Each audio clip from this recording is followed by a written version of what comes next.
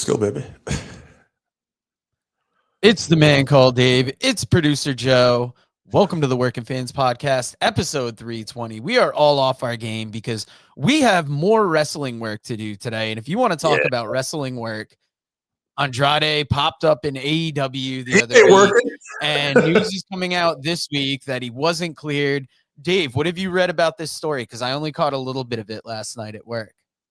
All right, so Andrade, who was fired from WWE, showed up on AEW television. You can see this picture right here explaining this. He showed up, and we haven't seen him again. And apparently there was a no-compete clause that Andrade wasn't aware of. Now, typically your no-compete clauses can be anywhere from 30 to 90 days. So that's what everybody kind of assumed was going on. But apparently in TKO contracts, it's standard now that if you get fired, now you have to be fired with cause, and it has to be a breach of contract. So a breach of contract with cause, that they have a no-compete for up to a year.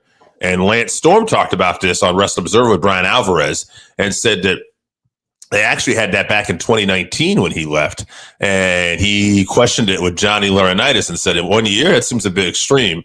And Johnny just said, well, that's standard if you get fired or breach. And Lance was like, well, I'm the last person who's really got to worry about that. So he just let it go. But yeah, so apparently it's been around, and now it's just a new standard with all contracts. Now, nobody seems to think this will hold up in law, even though obviously Andrade was fired, and the rumor is for, failing wellness tests. However, it's still 1 year. It's one whole year where you're not allowed to make money in what you do. So it doesn't seem likely that would last in a court of law. I guess the reason they're saying they have this is because, say you have a contract with WWE, it kind of prevents people from just purposely trying to get fired so they can go right to AEW. So if Drew McIntyre signs like a 3-year contract and about 6 months in, it's like, I'm sick of this, and he goes to beat the hell out of somebody, they're not going to just let him out of his contract, and I think that's kind of actually was a similar situation what Andrade did with AEW and Sammy Guevara, even though I think Andrade ended up staying to the term. But yeah, so that's the deal. 1 year, no compete, and we'll see what happens from this. I'm assuming that since it's a year, Tony Khan or Andrade or somebody will probably bring this to court, and we'll see Andrade in the next few months at AEW. I could have sworn I thought I heard, too, that he's not getting paid since he appeared on AEW TV.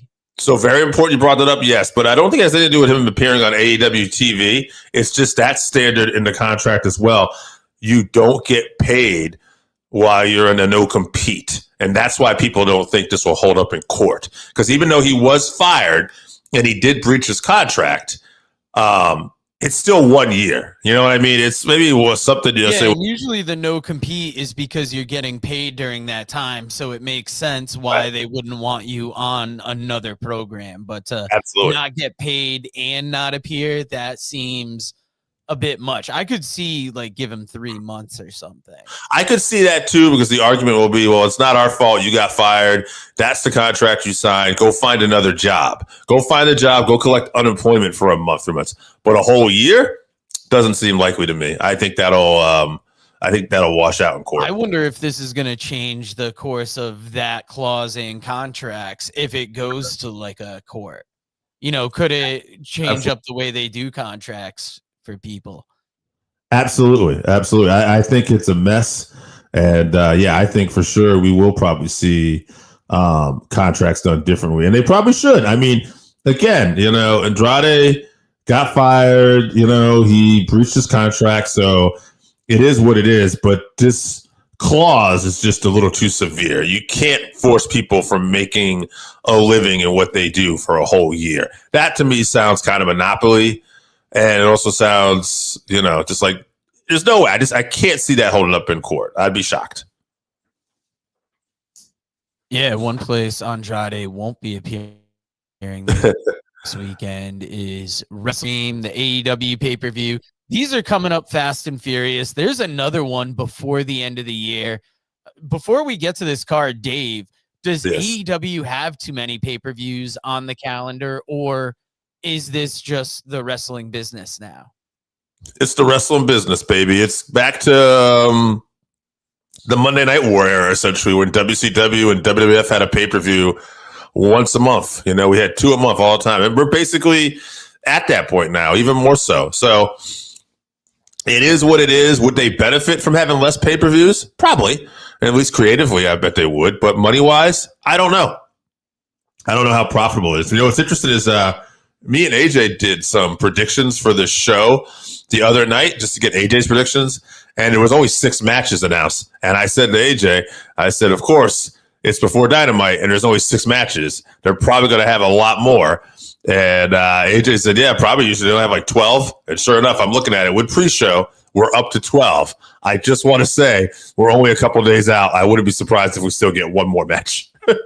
Well, yeah, usually they've got Dynamite and they've got Collision on Saturday night, which tends to be when there's a pay-per-view coming up when that last set of matches drops. But Collision was attached to Dynamite. So It's kind of funny going into Dynamite. There was only 6 coming out. There's 12. And you would think having so many pay-per-views during the year, you might shorten up the length of these pay-per-views, but it does not look like that's happening. Dave, let's start from the pre-show and give some predictions for this card. All right, first pre-show match, we got FTR, Cash and Harwood versus Jet Speed, Kevin Knight and Speedball Mike Bailey. I'm going to go FTR here. I think they're going to be in the running for tag title matches again, so I'm picking them. Yeah, I got to go FTR as well. I think I'm picking them more because I want to see these guys do well, and it feels like they've slid down the card over the last couple of years. Even if they're being featured in spots, it's not like a main spot. Eddie Kingston and Hook versus to be announced. So I don't know who TBA is going to be, so I'll go with Kingston and Hook. Yeah, it's hard when there's not somebody on the other team mentioned, but Kingston and Hook seems to be like the new tag team they're trying to put together. And as far as I know, this is their first showing. Harley Cameron and Will Nightingale versus Megan Bain and Penelope Ford. Divine Vanity. Vanity, that's their name apparently now. I'll go with Divine Vanity. Yeah, I can't pick against Megan Bain. All right, Megan Bain and all right, Roderick Strong in the conglomeration, because I guess Roderick is not an official part of that. So Roderick, Orange Cassidy, and Kyle O'Reilly and Tomohiro Ishii versus the Death Riders, Claudio, Wheeler Yuta, Daniel Garcia, and Pac. I'm going to go with the Death Riders. Yeah, I'm going to go with the Death Riders because I feel like I feel like it's based on the pick for a later match. Yes, because, all right, we're going to be in agreement for some of these, Joe. I think we will eventually disagree, but not here. Darby Allin versus John Moxley, I Quit match. I got Darby. I think this is Darby's moment. Yeah, it's got to be. This is a feud I would have thought would have been done at the casket match. So to me, it's kind of weird to see an I Quit match after that. But yes, Darby's got to get the win here, and hopefully this is getting over John Moxley for now at this point. Absolutely. All right, lost my place here. Let's get back to the rest of this card. The Hurt Syndicate versus Bobby Lashley, Shelton Benjamin, and MVP versus The Demand, Ricochet, Bishop Khan, and Toa Leona in a Tornadoes Trios match.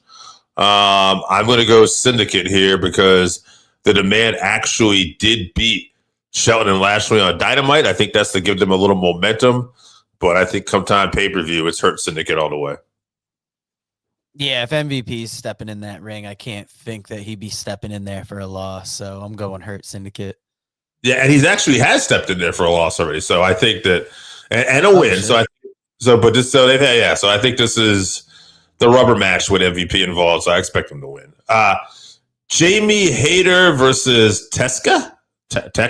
I always mess up this young lady's name. She's the Spider. And it's a singles match. I'm going to go Jamie Hayter. Yeah, I feel like Tekla's been featured well enough. I haven't kept up with the day-to-day of AEW in a while, but I've heard good things. But I don't know. I got to pick Jamie Hayter in this one. Maybe this is one we're going to disagree on, Joe. Bandito and Brody King versus Okada and the new IWGP champion, Takeshita, with Don Callis for the tag titles. I'm going to go Brodito because I think they've been teasing animosity between Takeshita and Okada. Yeah, I'm right there with you with Brodito because that's what I was feeling with Takeshita getting that IWGP championship. I feel like you have to be setting up either in AEW or in New Japan Takeshita versus Okada match. Yes. So, yeah, I think this is going to start seeding the seeds of that descent. Kyle Fletcher, Mark Briscoe for the TNT Championship. I'm going to go Fletcher. I'm picking Briscoe. I'm going out on a limb there. That's more of a what I want to see pick versus what will probably happen.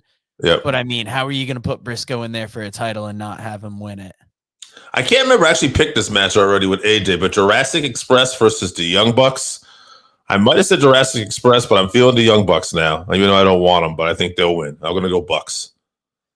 Yeah, this could be a fun match. This feels like a throwback AEW match.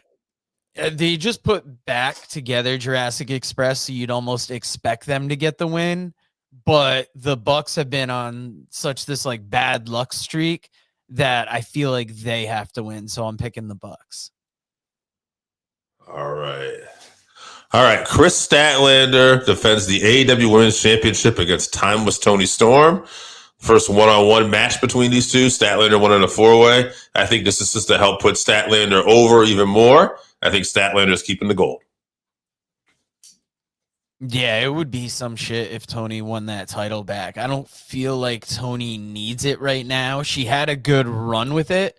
Not that she won't get it back at some point, but I feel like if you took the title off Statlander, it would almost hurt her reign. So I'm right there with you. I feel like she's taking that title or keeping that title. And main event time, Samoa Joe versus Hangman Page for Hangman Page's AEW Heavyweight Championship. I like me some Samoa Joe, but he's not walking out with that gold right now. It's still Hangman Page's time.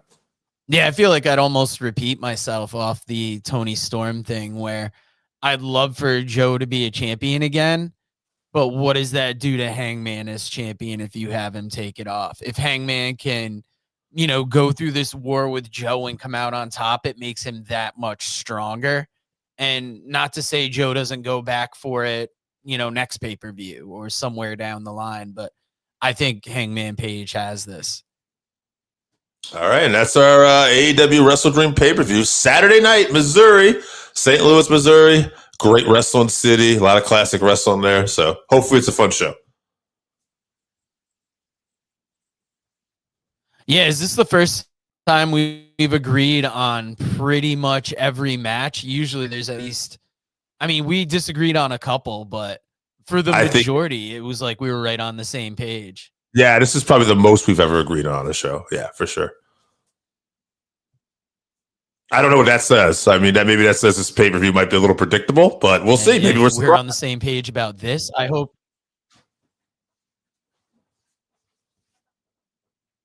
That's right. Author Ray Lopez presents Lockup, professional wrestling in our world. Lockup dives headfirst into the colorful world of professional wrestling. Explore the iconic characters, careers, matches, history, and families, and delve into the bizarre and fascinating entwining of professional wrestling and film, television, football, politics, gender, and race. Pre-orders are available now on Amazon.com or at MascotBooks.com. This is the perfect gift for the wrestling fan in your life. Pick up a copy today on Amazon.com or at MascotBooks.com. Read about the Northern Wrestling Federation in the book presented by Russellville.com, The Pro Wrestling Vault, Volume 2.